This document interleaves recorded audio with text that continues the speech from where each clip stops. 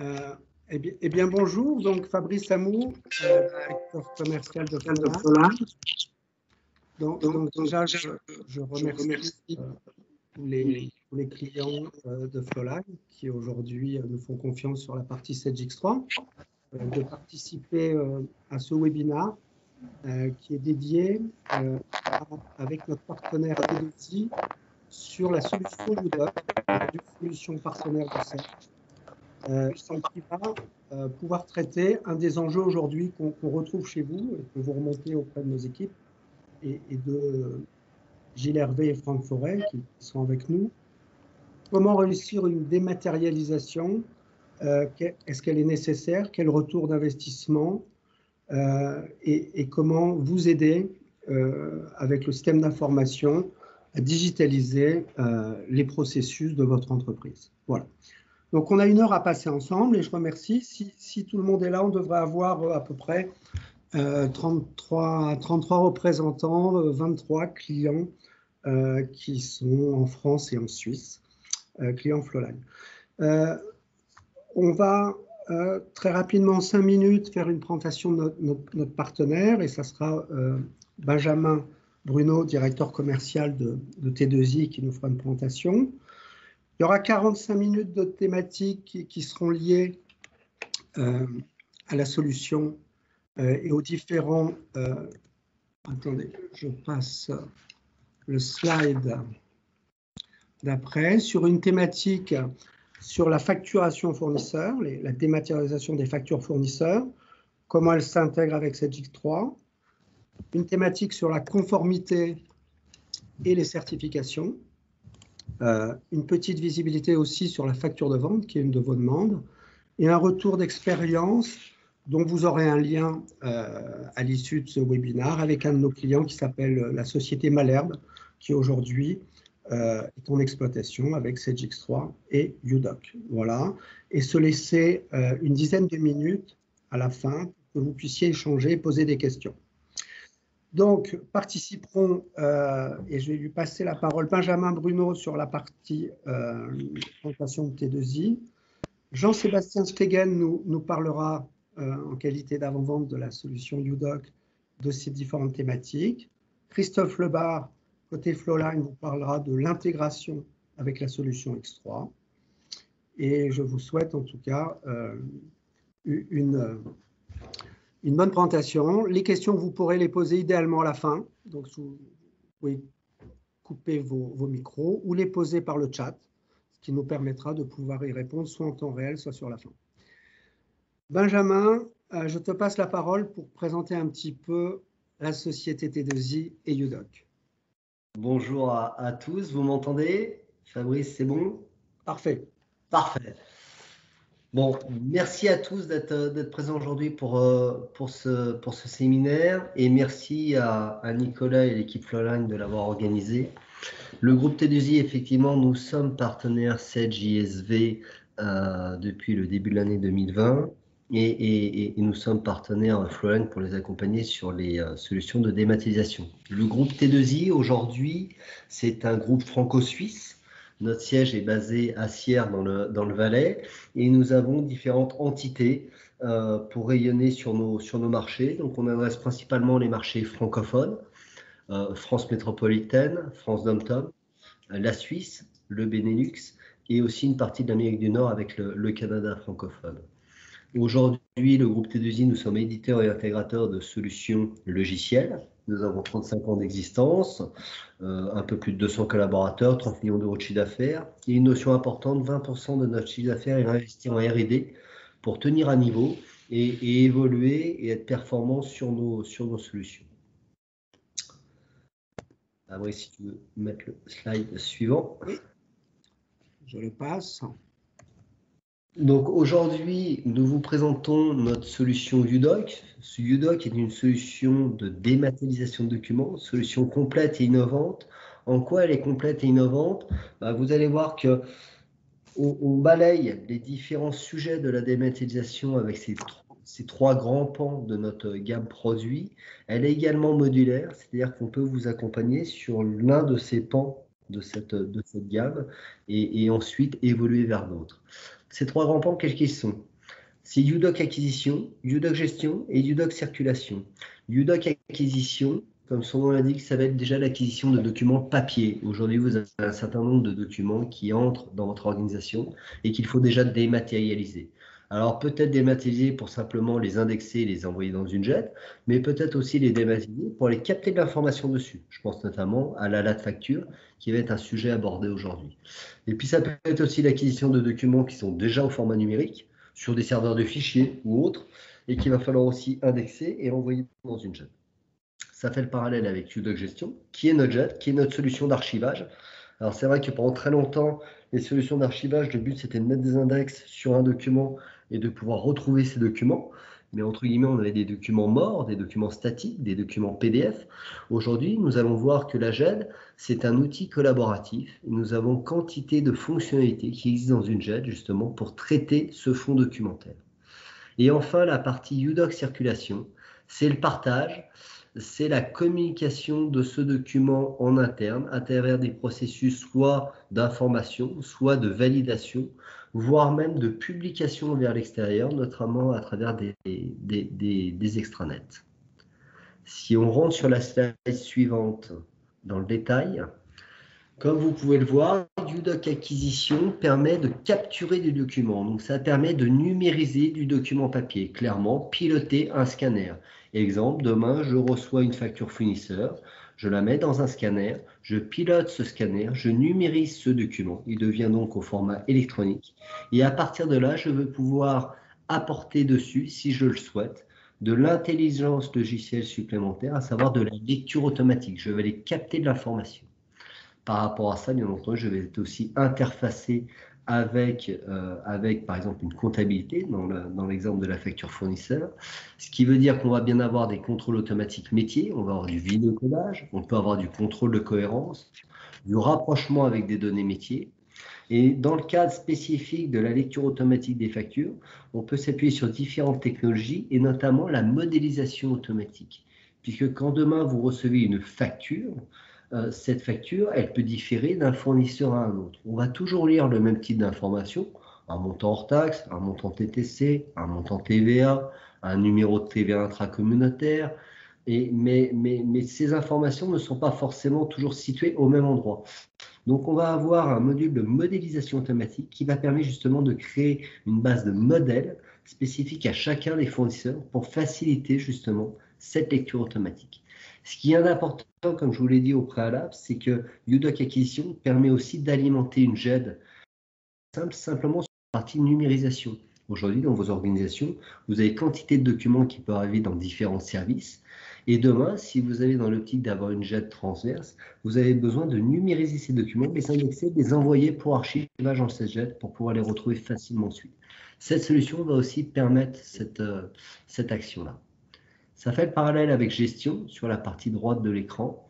Comme vous l'avez compris, UDoc Gestion, c'est notre outil de JET, c'est notre outil d'archivage. Alors pendant très longtemps, comme je vous l'ai dit en préambule, le but d'une JET, c'était simplement d'indexer un document, de l'envoyer dans une collection documentaire que l'on peut notamment appeler plan de classement. Aujourd'hui, on est capable aussi de document dans une par rapport à son contenu, et c'est la recherche full text. Je recherche un mot qui est contenu dans un document et non pas dans ses index. Donc aujourd'hui, les technologies embarquées nous permettent de répondre à ce besoin. Mais aujourd'hui, la JET, c'est aussi un outil collaboratif. On peut avoir un statut de référencement sur un document. J'ai un statut en mode brouillon, j'ai un statut qui doit être en mode validé ou en mode à valider. Je peux avoir du versionning. Est-ce que j'ai le droit d'ailleurs d'accéder à la dernière version en cours ou est-ce que je peux accéder à toutes les versions historiques de ce document? Je peux aussi avoir des annotations que je peux mettre sur ce document sans dénaturer le document en tant que tel, mais je peux apposer un fil de discussion sur un document, je peux apposer des post-it, de la même manière que vous le faites aujourd'hui pour passer de l'information de bureau en bureau en vous partageant des documents. On va retrouver cette même organisation dans une JET d'une manière très très fluide. Et puis ensuite, il y a toute la partie traçabilité de l'événement. Qui a fait quoi sur quel document? qui a droit d'accéder à tel ou tel document, donc aussi la sécurisation d'accès à l'information. Et on peut aussi notamment avoir des notions de signature électronique à la fin d'un processus. Par exemple, un document a besoin d'avoir un certificat de signature électronique. Je pense notamment à la contractualisation. J'ai un document qui est dans ma GED, je l'envoie à mon client et par certificat de signature électronique, il appose une signature numérique dessus qui a la même qualité qu'une signature qu'il aurait pu mettre sur un papier, et j'archive tout ça dans ma GED. Et enfin, la partie circulation, c'est des notions de gestion des cas métiers, case management, des workflows fonctionnels, des parapheurs de signature, je viens d'en parler parce que souvent la signature électronique peut arriver aussi en fin d'un processus. Donc on va gérer toute cette partie processus documentaire dans la GED, exactement sous le même interface qu'on vous. Donc ça n'a pas de différence pour l'utilisateur lambda.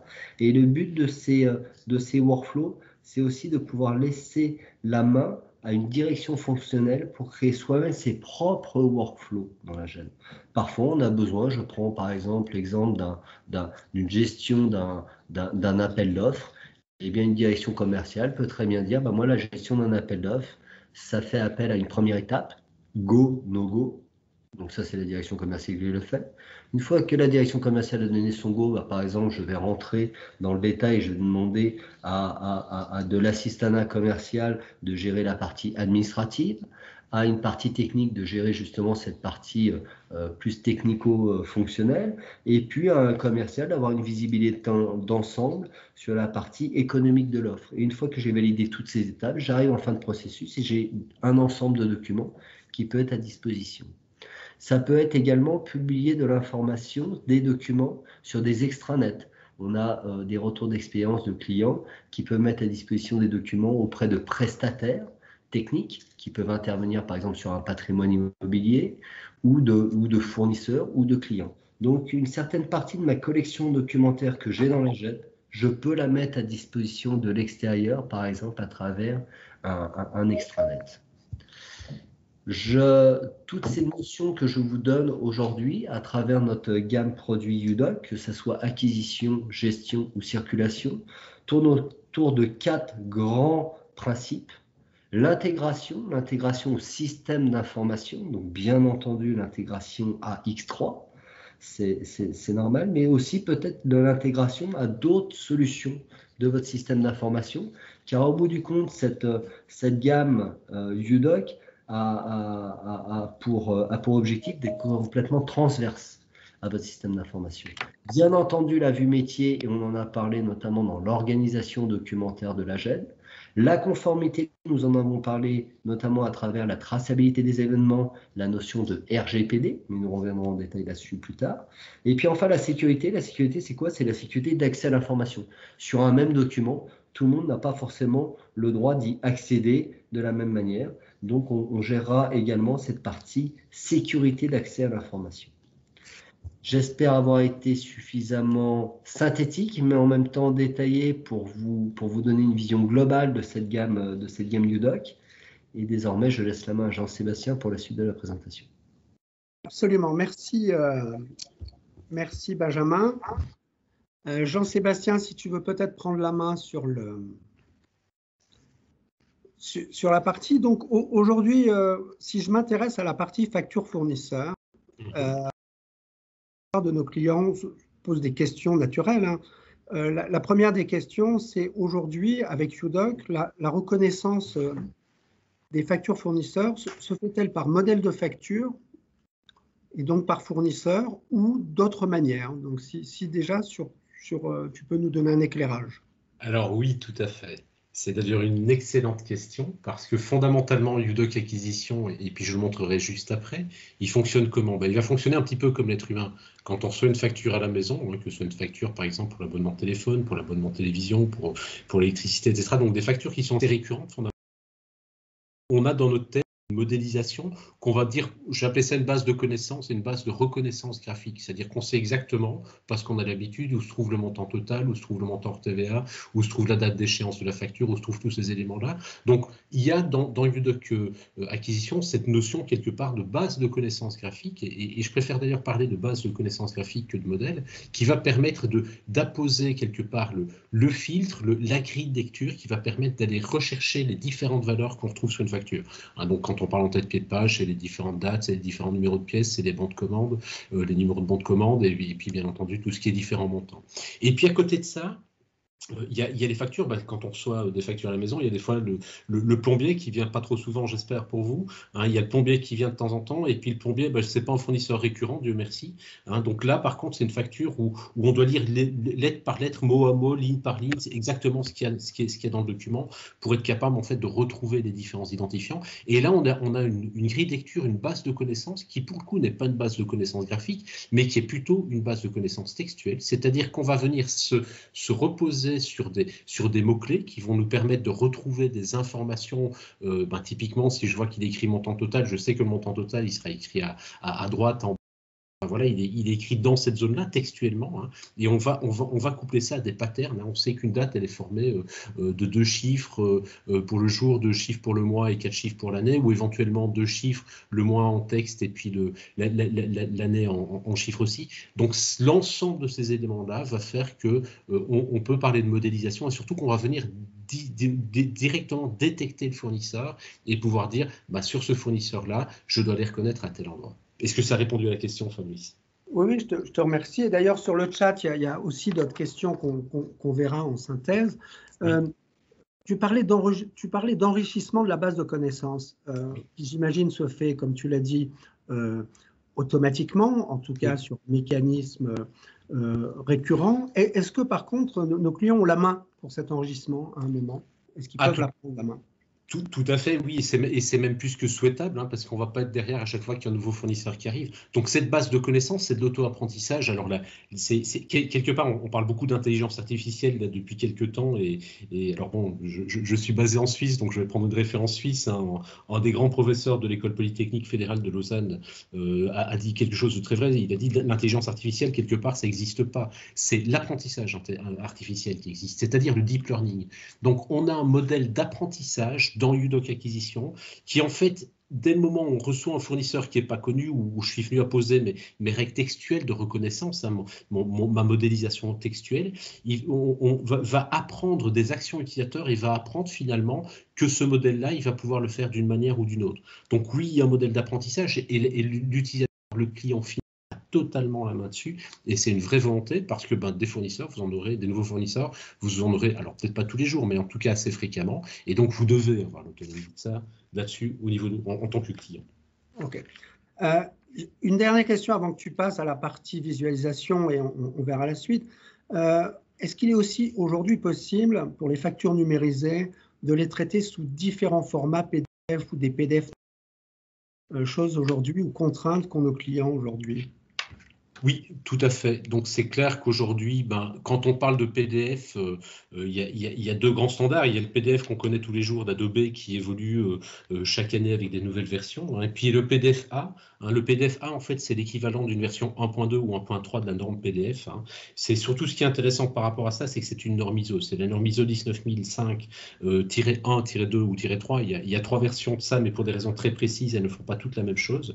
Et aujourd'hui, nous, quand on va libérer une facture, on va la libérer quand elle était numérisée, on va la libérer selon le format souhaité par le client. Si on veut avoir une conservation long terme, hein, le PDF for Archive, le PDF A, c'est une norme qui était définie pour pouvoir conserver et garantir la lisibilité long terme dans un document. C'est vraiment ça le but de cette norme. Hein. Ça signifie que si je scanne un document aujourd'hui, il y a de fortes chances que dans 25 ou 50 ans, je serai encore capable de le lire s'il est scanné au format PDF A. Par contre, si c'est un format PDF, il n'y a aucune garantie qui est donnée puisque ce n'est pas un format réputé comme étant en format pérenne dans le temps.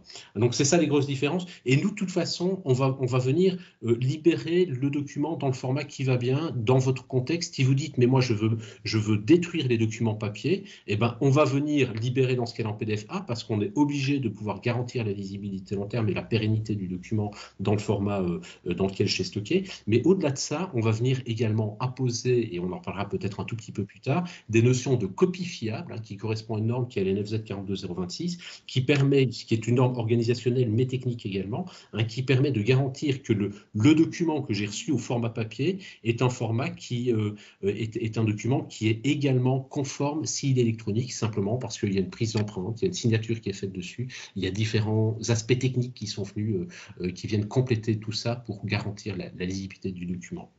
Est-ce que ça vaudrait la peine que je montre tout ça? Absolument. Et surtout qu'il y a des questions au fil de l'eau. Certaines vont être traitées, j'ai des questions sur les signatures électroniques.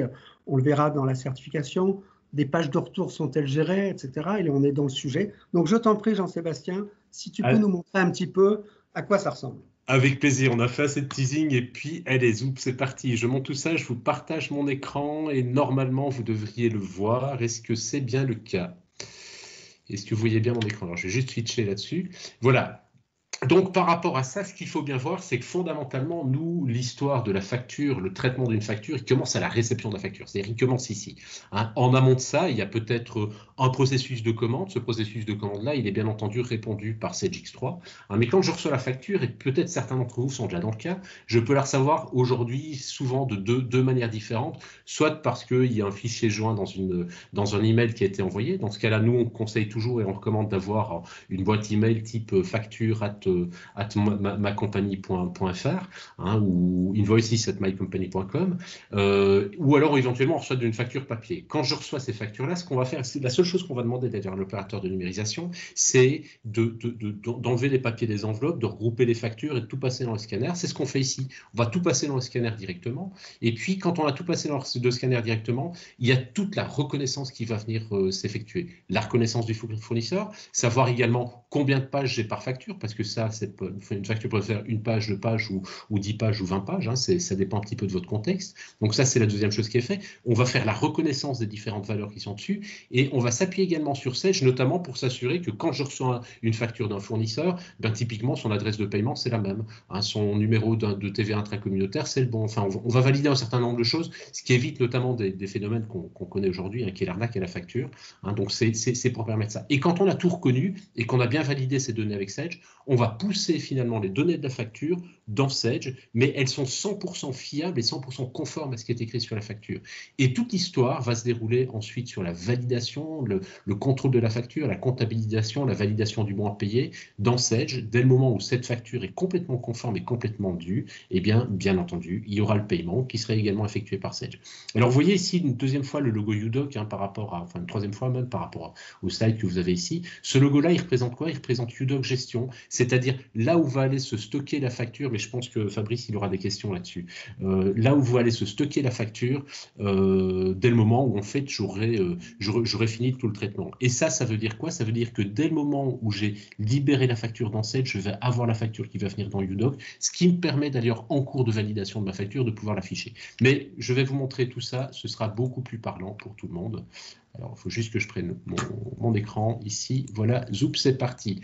Alors, la première chose que je vais faire, j'ai pas de scanner à côté de moi, ça n'aurait pas tellement de sens dans une web démo, mais je vais venir ici faire comme si je scannais des documents. Et la première chose que je vais donner quand je scanne des documents, je vais donner des informations globales à l'ensemble du lot. Ceci, ce sont des informations qu'on a prises dans l'option de la démo, mais on pourrait très bien avoir d'autres informations ou moins d'informations ou pas d'informations du tout. Ce qu'il faut savoir, c'est que je peux définir typiquement la raison sociale, l'entité juridique qui est concernée, le code opérateur, l'exercice comptable, on pourrait rajouter le trimestre de scannage ou le trimestre concerné par les factures. Voilà, il y a plein d'informations qu'on peut enrichir et ça, c'est des informations qu'on va venir mettre à façon en fonction de votre besoin. C'est du paramétrage qu'on va faire pour vous. Je valide tout ceci et puis je vais venir chercher mes factures que j'ai pré-scannées. Les voici. Alors là, le scanner, vous allez voir, il va très très vite, mais généralement, d'ailleurs, ce qu'on dit, c'est que ce qui est assez intéressant, c'est de faire en sorte d'avoir un scanner qui est dédié à ça. Hein, ce sont des petits scanners qui ne coûtent pas très très cher et c'est des scanners assez rapides qui font du 50 pages par minute, donc c'est assez rapide.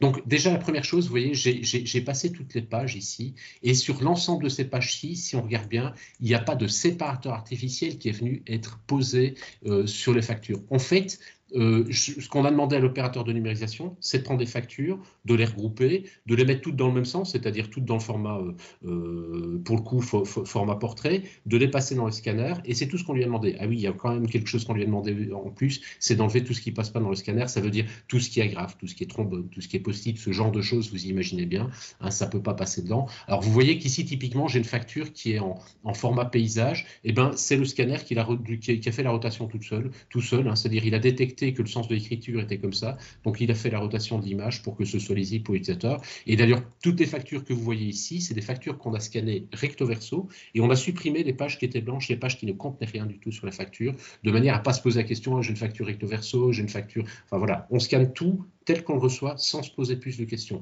Donc une opération de numérisation, ça peut même être fait par une réception dans une entreprise, ce n'est pas choquant. Une fois que j'ai fait ça, je valide. Là, il y a un premier gain qui est intéressant, c'est qu'habituellement, vous avez certainement tout ça dans vos entreprises respectives. Vous avez certainement les classeurs des factures qui sont dans votre dos, hein, pour l'année en cours en tout cas, avec un classement par fournisseur, par année, éventuellement par trimestre. Nous, déjà, ce qu'on va vous proposer, c'est de classer ça physiquement, pour autant que vous regardiez le physique, hein, par numéro séquentiel, et c'est ce numéro séquentiel-ci. Et donc, on vous propose d'imprimer, dans ce cas-là, un séparateur papier, soit au format A3, ce qui va permettre de faire une chemise A4, hein, soit directement au format A4 pour mettre dans les dossiers suspendus. Ça vous permettra d'éviter ce temps de classement. Et puis, le classement sera drivé par ce numéro-là, numéro qu'on retrouvera bien entendu dans la G. Alors, je vais fermer, je ne vais pas montrer non plus l'imprimante, ça n'a pas de sens. Par contre, pendant que je parlais, le système, il a fait pas mal de choses. La première chose qu'il a fait, c'est qu'il a détecté qu'il y avait des factures, il a détecté les noms des fournisseurs sur les factures. Là, il a détecté que c'était Europcar, il a détecté que c'était Oceanet, il a détecté que c'était UPS, il a détecté que c'était Bomex, il a détecté que c'était UPM, etc., etc. Et puis, l'autre chose qu'il a détecté, il a dit, ben, la première page, c'est une facture d'une page d'Europcar, la deuxième page, c'est une facture d'une page d'Oceanet, la troisième et quatrième page, c'est une facture de 2 pages d'UPS, la 5e, 6e, 7e, 8e, 9e, 10e page, c'est une facture Bomex, et ainsi de suite. Donc, il était capable de faire la rupture des factures. Je vous rappelle, je n'ai pas mis de séparateur artificiel, le système a reconnu tout seul. Alors, il a reconnu comment? Eh bien, l'informatique, ce n'est pas magique, malheureusement. Hein. Ce qu'il faut bien voir, c'est qu'il a reconnu tout ça simplement parce que déjà, quand j'ai 2 fournisseurs comme UPM et puis Orange, qui sont des fournisseurs différents, forcément, ce n'est pas la même facture. Et puis, si j'ai un fournisseur, typiquement Orange ici, qui m'a généré, qui m'a mis 2 factures dans la même enveloppe, eh bien, on détecte, on retrouve le numéro de facture du fournisseur, et en retrouvant ce numéro de facture, on va être capable de faire la rupture la rupture, et donc dire que j'ai une facture de 6 pages ici, et là, j'ai une facture d'une page. Et puis, il y a tous ces fournisseurs, hein, qui sont des fournisseurs sur lesquels ils ne font pas partie de ma base de connaissances. Donc, comme ils ne font pas partie de ma base de connaissances, je vais m'appuyer sur une reconnaissance textuelle, sur des modèles texte. Hein, et puis, c'est les factures qu'on retrouve ici. Alors, vous savez, une chose qui est importante quand on parle de numérisation de papier, hein, c'est que le papier, c'est quelque chose qui est relativement fragile. Pourquoi? Parce que rien n'empêche de mettre un coup de stempel au mauvais endroit, de mettre un coup de stylo au mauvais endroit, de faire un trou qui ne va pas, ou éventuellement le fournisseur, il n'a pas imprimé la bonne... avec suffisamment d'encre sa facture, donc elle n'est pas forcément très lisible. C'est pour ça qu'on a ce qu'on appelle des moteurs de contrôle de cohérence, et ces contrôles de cohérence ont quelque chose d'important, c'est qu'ils vont garantir que quand je vais pousser la facture dans Sage, eh bien le taux de confiance, le taux de reconnaissance est de 100%. Pourquoi? Parce qu'on va venir combler en fait les lacunes que le système peut avoir par l'intelligence de l'être humain qui est derrière la machine. Et l'intelligence de l'être humain qui est derrière la machine, je vais vous la montrer. C'est ici que ça se déroule. Ici, typiquement, il y a un contrôle de cohérence, hein, avec un taux de confiance où derrière, je lui ai dit, si j'ai une date qui est antérieure à 8 années, scanner, eh ben, c'est pas possible, je peux pas scanner cette facture, elle n'a pas de raison d'être scannée. Là, pour le coup, 9 juin 2009, bah, c'est en effet antérieur à 8 années. Donc, le système m'alerte en disant, attention, la date de la facture, bah, soit je ne l'ai pas bien reconnue et il faut que tu fasses un vidéocodage. Typiquement, s'il y avait 2019 et pas 2009, bah, je pourrais ici corriger et mettre 1 à la place du dernier 0. Là, je vais mettre dans le bon ordre. Pour le coup, c'est bien 2009, donc je dois décider de faire quelque chose. C'est une facture, dans tous les cas, que je n'ai pas scannée. Donc, je vais dire ici, je rejette le document. Vous avez vu que quand j'ai rejeté le document, il a passé toutes ces pages, toutes ces factures, toutes les données qui étaient dessus, et il a été, ça signifie que là, j'ai aucun vidéocodage, il a reconnu toutes les informations. On reviendra sur ces informations juste après. Ici, il a un tout petit problème de reconnaissance aussi.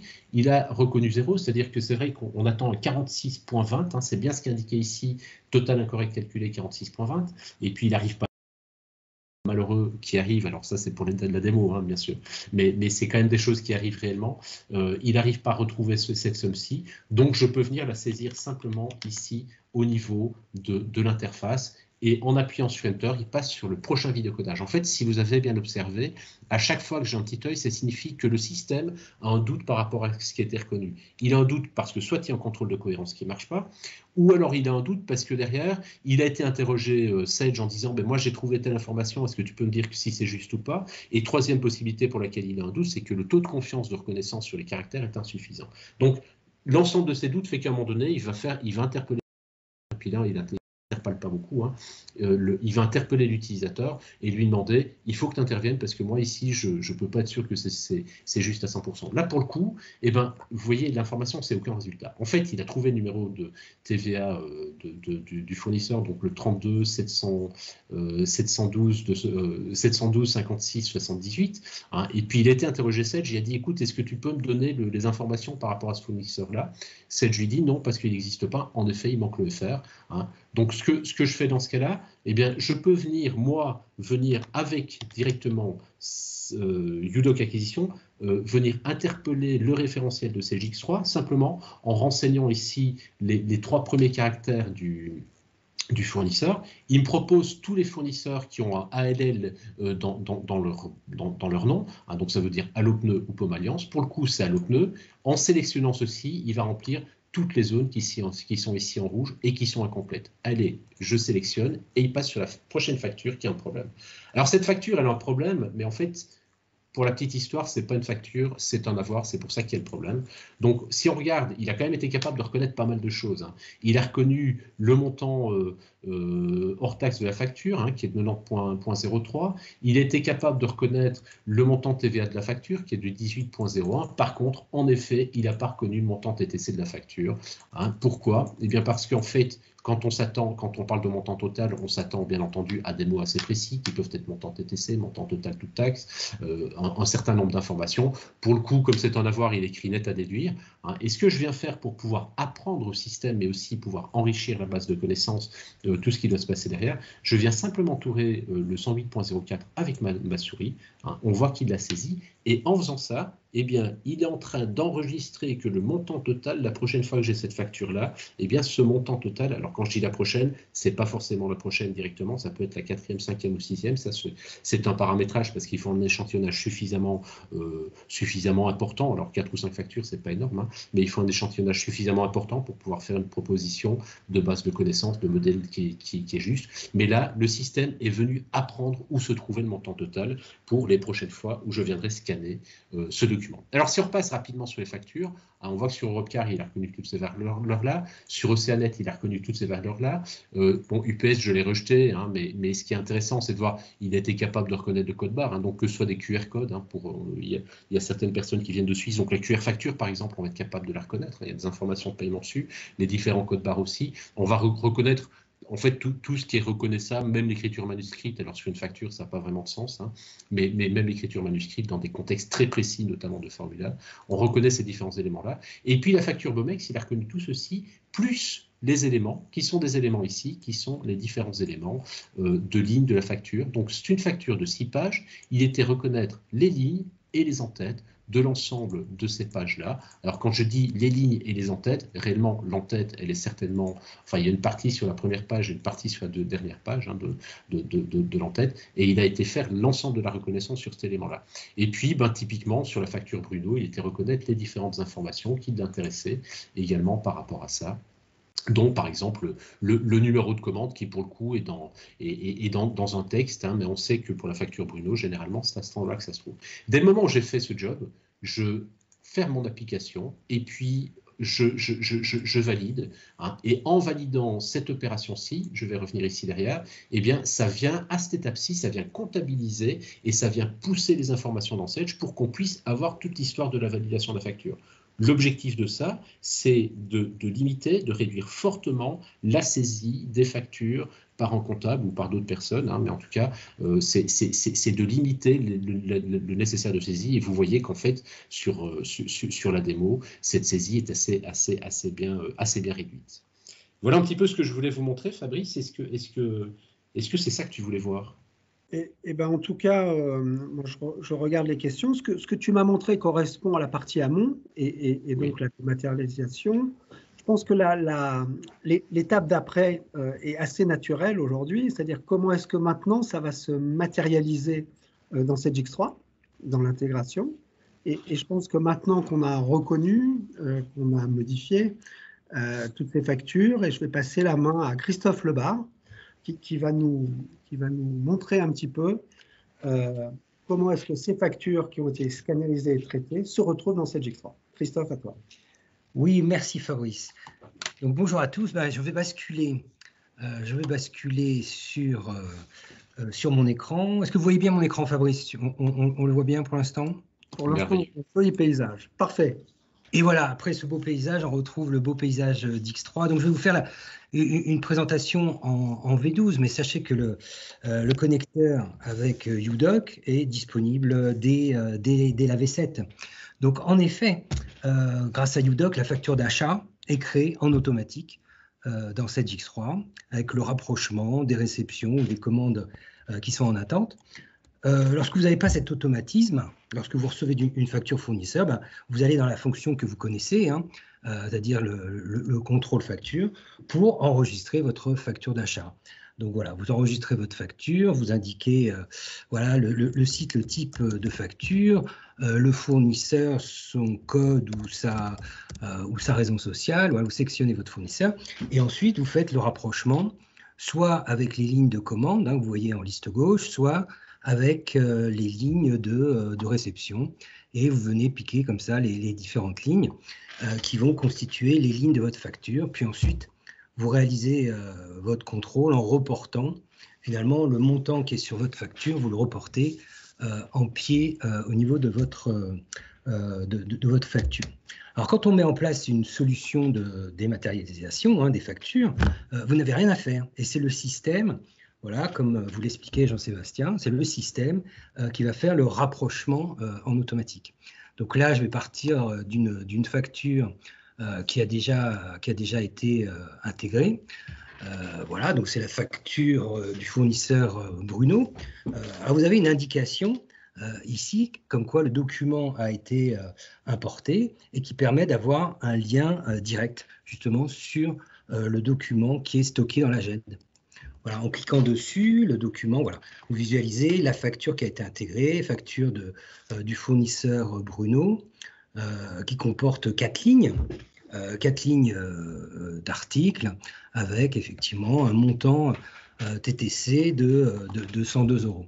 Eh bien, la facture donc, qui a été générée en automatique, on va retrouver la même chose. Hein, on retrouve la facture du fournisseur qui a été reconnue, avec le statut suivant les règles de rapprochement que vous avez mises en place, le numéro le numéro de la facture fournisseur, et puis vous allez retrouver les différentes lignes. Alors il a fait le rapprochement automatique, voilà, on retrouve les 4 lignes, puis il a fait le rapprochement directement avec chacune des lignes de réception. On retrouve le montant hors taxe et le montant voilà, de 102,67 €. Et donc le système a gardé donc, toute la traçabilité. Donc depuis ma facture d'achat, comme vous le savez, on peut retrouver toute la traçabilité des pièces. en faisant simplement une traçabilité amont. Là, on va retrouver effectivement que ma facture d'achat qui a été générée, qui est en état à valider, est issue des différentes lignes de réception, en l'occurrence ici une réception d'achat, donc qui est du coup avec un statut totalement facturé. Voilà, Fabrice, c'était ce que je souhaitais illustrer par rapport à l'intégration des factures dans Sage X3. Je te rends la main. Je te remercie. J'ai une question, mais tu as répondu. Donc aujourd'hui, la partie connecteur existe depuis la V7 jusqu'à la V12, oui. c'est sûr. Et il y a une question sur nos clients qui sont en V6. Et donc là, on est sur un mode classique, c'est ça, Benjamin? Au niveau du connecteur. Le connecteur commence à partir... Excusez-moi, j'avais mon micro coupé. Alors, effectivement, dans le cadre de notre partenariat ISV avec Sage, nous avons fait le choix éditorial de faire un connecteur en mode produit avec Sage X3. Donc, effectivement, pour créer ce produit, il a bien fallu s'arrêter un moment et on a dit on le fait à partir de la V7. Alors, je rassure les clients qui sont dans des versions antérieures, on peut tout à fait s'interfacer avec X3 dans des versions antérieures à la V7.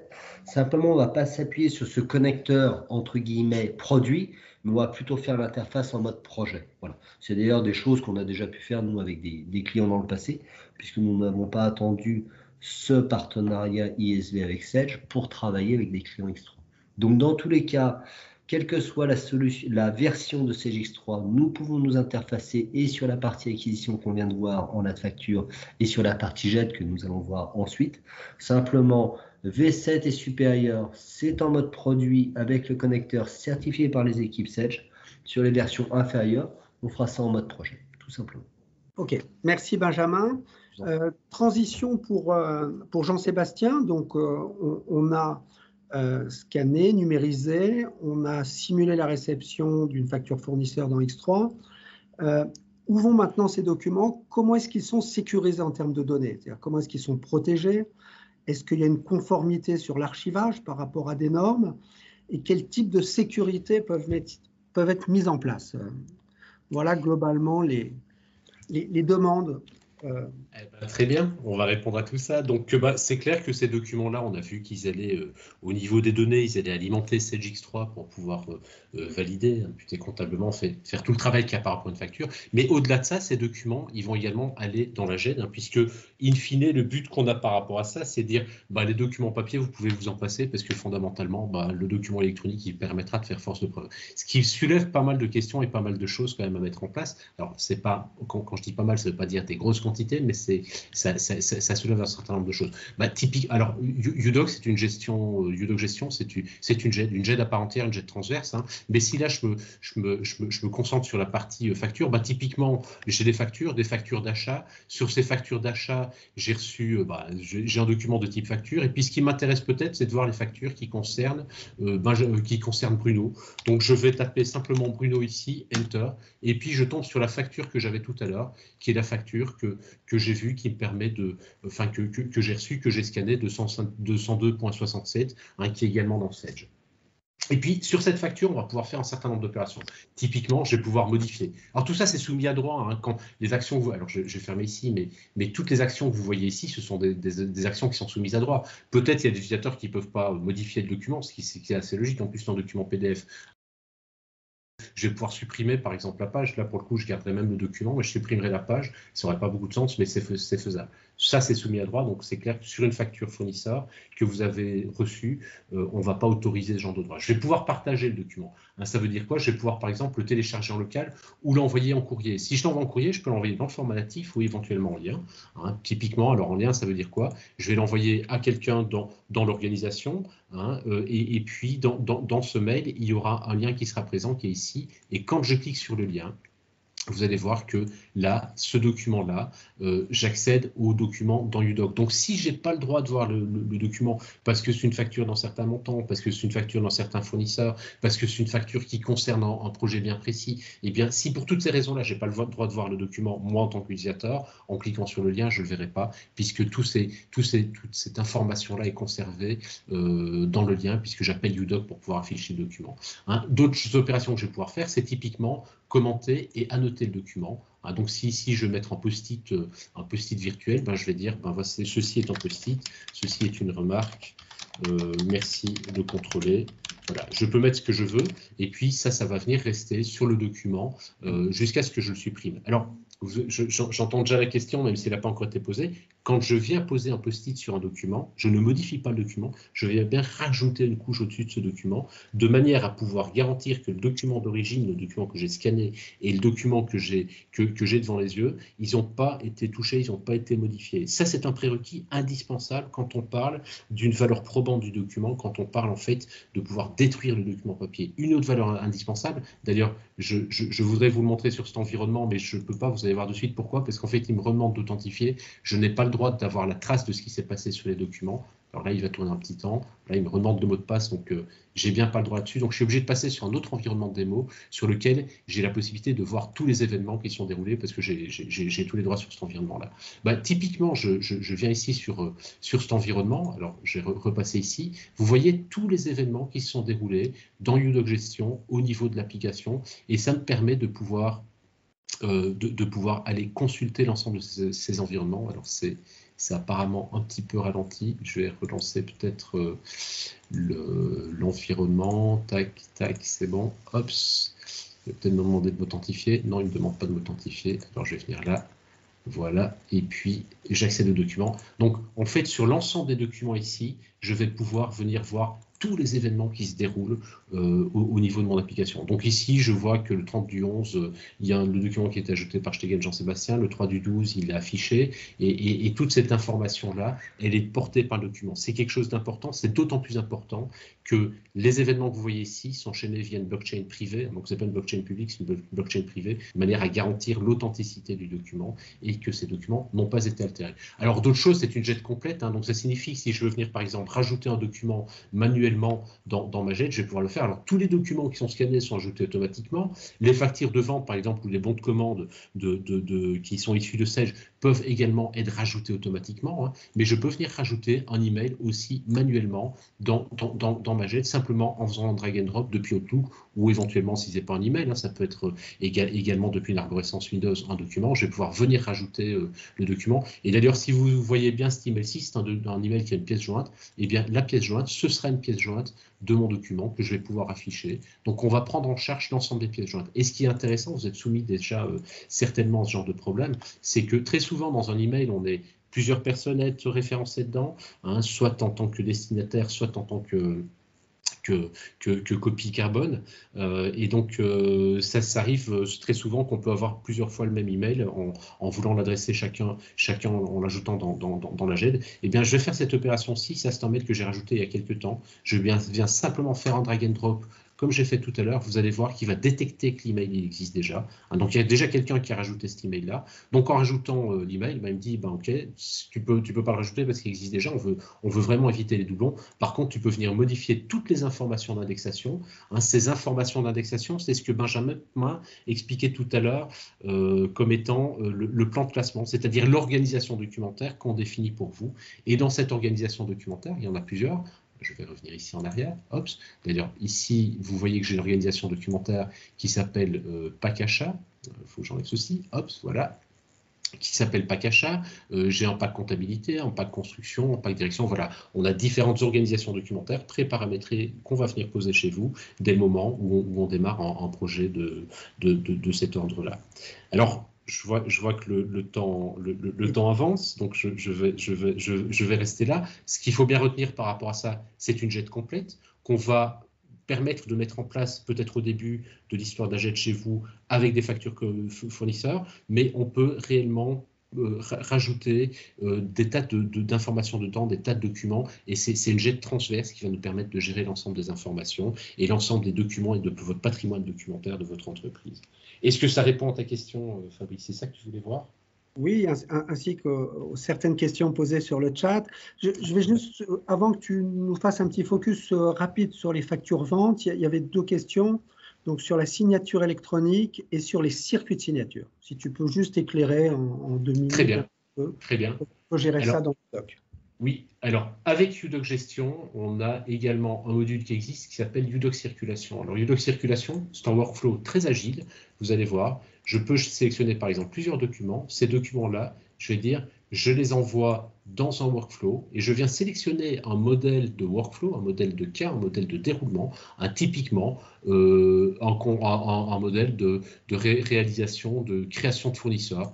Je prends cet exemple-là qui peut être un exemple qui a du sens, hein, d'ailleurs, dans le contexte dont on parle, hein, où je vais voir l'ensemble des différentes étapes que je vais pouvoir exécuter par rapport à mon cas. Bah, typiquement ici, j'ai une première étape qui doit être réalisée par un utilisateur. Bon, le nom d'utilisateur, il n'est pas terrible, hein, qui est DD ADM-GRP. Hein, pour le coup, c'est un groupe d'utilisateurs. Eh bien, quand je valide ça, l'intervention va être chez cet utilisateur-là. Et puis, si je dis à un moment donné, ouais, mais moi, ça ne me va pas, j'aimerais bien en mettre un autre, je vais mettre cet utilisateur-là, OK. Et puis, je peux également venir compléter ici en disant, je vais créer une deuxième tâche. Et puis, cette tâche, ouais, alors il me dit que la date de réception est obligatoire. Donc, je vais lui remplir parce que sinon, il va aller tout le long. Je vais mettre une deuxième tâche avec un nom, validation de la création, par exemple, hein, de la création. On a un modèle qu'on va pouvoir modifier au fur et à mesure, hein, et c'est tout l'intérêt de cette solution, c'est que même si j'ai défini quelque chose à un moment donné, je peux quand même sortir un peu des rails parce que justement j'ai l'exception qui est là, qui est à gérer. Donc la notion de workflow telle qu'on l'entend en général, où on a un workflow très rigide, très structuré et très structurant aussi, elle est vraie ici parce qu'on est structurant, mais si à un moment donné, et si j'ai les droits bien entendu, en tant qu'utilisateur, je dois sortir des rails pour pouvoir rajouter des tâches comme je le fais ici, ou des étapes comme je le fais là, eh bien, je vais pouvoir rajouter les tâches et les étapes et je vais pouvoir également modifier certains utilisateurs, hein, pour différentes raisons. Et au-delà de ça, je vais être notifié par email, je vais également pouvoir définir les suppléances, donc je vais pouvoir faire les différentes opérations qu'on attend d'une solution qui va permettre de véhiculer des documents par rapport à ça. En termes de signature maintenant, puisqu'il y avait cette question-là aussi, je pense, hein, c'est juste. Hein, en termes de signature, je peux venir sélectionner des documents. Alors, il faut que je trouve le bon. je tombe pas de. Voilà. Je vais pouvoir envoyer un document pour signature. Hein, et cette signature-là, c'est une signature plutôt de type individuel. On va s'appuyer sur un éditeur aujourd'hui qui est YouSign, mais on n'est pas fermé à travailler avec d'autres, au contraire. Hein, et on va envoyer le document pour une signature individuelle à différents destinataires. Ici, je pourrais dire, j'envoie ça à Hans, et puis Hammerschmidt, et puis j'envoie son adresse email et son numéro de portable, ce qui va me permettre de créer une signature qualifiée et dans la réglementation EIDAS en tout cas, et par rapport à la réglementation suisse, qui est la réglementation, la loi sur la signature électronique SCSE ou ZERTES, on va s'appuyer sur des prestataires comme SwissSign ou comme Swisscom qui proposent des signatures équivalente, j'ai envie de dire, à YouSign. Alors ça, c'est pour la signature individuelle. Maintenant, clairement, un document qui est un document comme celui-ci, à un moment donné, il peut être signé numériquement par une signature par un stempel d'entreprise, on va dire ça comme ça. Et bien, ce stempel d'entreprise sera porté par le document. Hein, c'est typiquement quand on scanne un document, on veut garantir, hein, la piste de dite fiable, on veut garantir la valeur probante, on veut respecter la norme NFZ 42026. Donc, dans ce cas-là, on va venir apposer une signature qui est un tampon d'organisation, qui est un certificat d'organisation, qui est autre chose que de la signature individuelle, hein, puisque ce sera systématiquement le même. Parfait. Je vois qu'il nous reste quelques minutes. Et en tout cas, je te remercie. Donc, j'imagine, au travers que tu nous as apporté, on peut aussi, cas classique, déléguer une signature pour une période, par exemple. Ça, c'est des choses qui peuvent se faire aussi pour un manager qui n'est pas là. Il peut déléguer sa signature et elle a la même valeur probante. Oui, tout à fait. Alors ça, c'est surtout dans la partie workflow. Donc ici, je vais pouvoir définir des suppléances. Hein, c'est-à-dire qu'à un moment donné, la tâche que j'ai à faire, je vais la déléguer à quelqu'un, à un autre utilisateur sur une date donnée. Hein, c'est exactement ceci. Maintenant, quand on parle de signature électronique, le certificat étant individuel, je ne vais pas pouvoir passer le stylo à quelqu'un d'autre parce que c'est ma carte d'identité à moi. Hein, donc c'est moi qui signe le document, donc ça c'est vraiment de la signature électronique à proprement parler. Je peux pas dire c'est toi qui vas signer à ma place parce que je te donne mon certificat est individuel, c'est ma carte d'identité, je peux pas te la passer. Mais par contre c'est clair qu'on peut quand même faire signer quelqu'un d'autre, mais dans ce cas-là il faut mentionner que c'est cette autre personne-là qui va signer. Et dans la partie workflow que je vous ai montré ici, hein, donc c'est cette notion de flux qu'il y avait tout à l'heure, là on va pouvoir définir sans aucun problème les délégations et les suppléances nécessaires pour que l'action soit faite par quelqu'un d'autre. Ça répond à ta question? Parfait, Jean-Sébastien, ça répond. Et en deux mots, puisqu'on a vu la partie fournisseur, intégration X3, tout ce qui est conformité, tout ce qui est sécurisation des données, un petit éclairage sur la partie vente, qui est aussi une des problématiques que peuvent rencontrer nos clients. Alors, c'est la même chose, hein. Donc, en fait, dans la partie vente, on va retrouver toutes les informations qui peuvent être des contrats qu'on a produits, enfin, qui sont signés avec le fournisseur. On va retrouver toutes les informations, y compris toutes les factures. Donc, vous voyez ici, j'ai mon pack achat, j'ai mon pack comptabilité, j'ai mon pack construction, j'ai le pack ressources humaines. Eh bien, on a également un pack vente qui va contenir toutes les informations de vente et donc toutes les factures qu'on aura produites à travers Sage X3. Donc, Sage X3 va produire des factures dans un format PDF. Ce format PDF, on va venir l'importer dans UDoc Gestion de la même manière que ce qu'on a importé n'importe quel autre document. Hein. Sauf que ce sera automatique, bien sûr. OK. Je propose, et je te remercie beaucoup, Jean-Sébastien. Il nous reste quelques minutes. Hein. Moi, je voulais juste faire un... Alors, déjà, on a eu beaucoup de questions. Donc, moi, ce que je vous propose, c'est qu'on répondra à ces questions. Donc, soit Benjamin ou Jean-Sébastien peuvent en prendre certaines dans les quelques minutes qui nous restera pour répondre. Et en tout cas, vous aurez un lien sur la présentation ainsi que les réponses aux questions qui ont été posées par retour. Juste un point, on a aujourd'hui un retour d'expérience auprès d'un de nos clients, donc un client Flowline qui a Sage X3 et UDoc. Benjamin, en deux mots, quel a été pour ce client le gain et quelle utilisation il fait d'UDoc intégré à X3? Alors, les transports malades, effectivement, utilisent la solution Sage X3 et UDoc. Principalement, déjà dans un premier temps, le périmètre cible a été la démétrisation des factures. Il démétrise aujourd'hui plus de 30 000 factures par an, factures fournisseurs avec notre solution, avec des rapprochements notamment sur la partie BL, propre au monde du transport. Et puis ensuite, ils ont élargi le périmètre en passant sur de la vraie GED d'entreprise avec des documents beaucoup plus métiers, transport, et notamment mis aussi à disposition de ces documents qui se trouvent dans la GED à travers un extranet prestataire pour mettre à disposition un certain nombre de ces documents vers des gens de l'externe. Donc c'est vrai qu'on a une très belle vidéo, je pense que le lien sera envoyé ensuite et je vous encourage vivement à parcourir cette vidéo qui est très bien faite et qui retrace un petit peu tout le retour d'expérience de Malherbe avec nos solutions. Oui. Donc Nicolas Guy qui nous a organisé tout ça, hein, qui est notre responsable marketing chez Flowline, vous enverra tous les liens avec les présentations. Est-ce que, avant de finir, pour rester dans le timing, il y a eu certaines questions diverses et variées. Il y en avait une, mais ça, vous les verrez si vous avez des projets avec vos correspondants Flowline, hein, que ce soit Gilles ou Franck, pour les clients qui sont présents. Il y avait une question, est-ce qu'on peut utiliser la partie dématérialisation de UDoc sans forcément la partie, on va dire, GED pour des clients qui ont un environnement SharePoint? Alors, oui. Alors, nous-mêmes, nous avons des clients qui utilisent notre GED et qui utilisent également SharePoint. Parce que, franchement, à mes yeux, SharePoint n'est pas une GED, loin de là. C'est plus un outil collaboratif. Donc, effectivement, SharePoint, souvent, il y a un intérêt à faire un lien avec la GED qui reste le référentiel documentaire unique de l'entreprise. Et effectivement, des liens peuvent être faits avec SharePoint pour toute cette partie collaborative. OK. Il y avait une autre question, mais là, on ne va pas rentrer dans la partie tarification, même si évidemment elle est importante. Une question de Vanessa chez Envea que j'ai reconnue. La tarification, elle est plus liée par module que par le nombre de factures. Vanessa posait la question, est-ce que la tarification est liée au nombre de factures mensuelles? Alors, en fait, ça dépend du module. Si on est dans UDoc acquisition, on parle effectivement de volume de documents. Donc, par exemple, pour une note facture, la première question qu'on va vous poser, c'est combien vous traitez de factures fournisseurs par an. Et donc, effectivement, nous avons une dégressivité par rapport à des tranches tarifaires. Sur la partie UDoc gestion, donc la GED ou circulation, on va plus être au nombre d'utilisateurs. D'accord.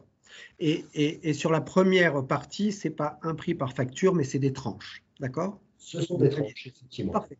OK. Merci en tout cas pour ça, Benjamin. Si tu peux, il nous reste une minute, si tu peux regarder dans les questions du chat, s'il y en a auxquelles tu peux répondre. Oui, alors, il y a eu beaucoup de questions. Elles sont toutes plus intéressantes les unes que les autres. Alors, c'est compliqué d'arbitrer, mais voilà, je vois par exemple, nous avons du X3, mais nous avons aussi un autre ERP en parallèle. Alors oui, bien entendu, aujourd'hui on fait la présentation du doc qui s'interface nativement avec X3 et ses différents modules. Comme j'ai dit en préambule, si vous avez d'autres solutions dans votre système d'information, la gamme UDoc est tout à fait interfaçable en entrée et en sortie avec d'autres solutions. Donc ça, il n'y a aucun problème là-dessus. C'est véritablement une solution transverse dans votre récit. Si je prends d'autres questions... On y répondra, rassurez-vous, on y répondra de toutes les façons dans les commentaires qu'on vous fera. Hein. Donc s'il y en a encore une, s'il en reste une, Benjamin. Il en reste une, je pense qu'elle est intéressante, alors qu'elle est peut-être un peu technique, mais effectivement, il y a quelqu'un qui dit « j'ai l'impression que c'est du client lourd oui. et qui rentre un petit peu dans le détail ». Alors, les gens qui connaissent sachent que moi, je vais rapidement m'arrêter sur la partie technique parce que c'est pas trop mon job, c'est plus celui de Jean-Sébastien, mais vu que j'ai la parole, je vais continuer. Effectivement, on a un petit client lourd sur la partie UDoc acquisition, donc en fait la LAD. Hein. Ce client lourd en fait va sauter courant 2021 puisque nous avons une solution full web qui arrive sur la partie LAD en 2021. Pour autant, comme vous avez pu le voir, la GED, UDoc gestion et UDoc circulation aujourd'hui sont déjà des solutions full web disponibles sur le cloud ou en on-premise comme vous le souhaitez. Parfait.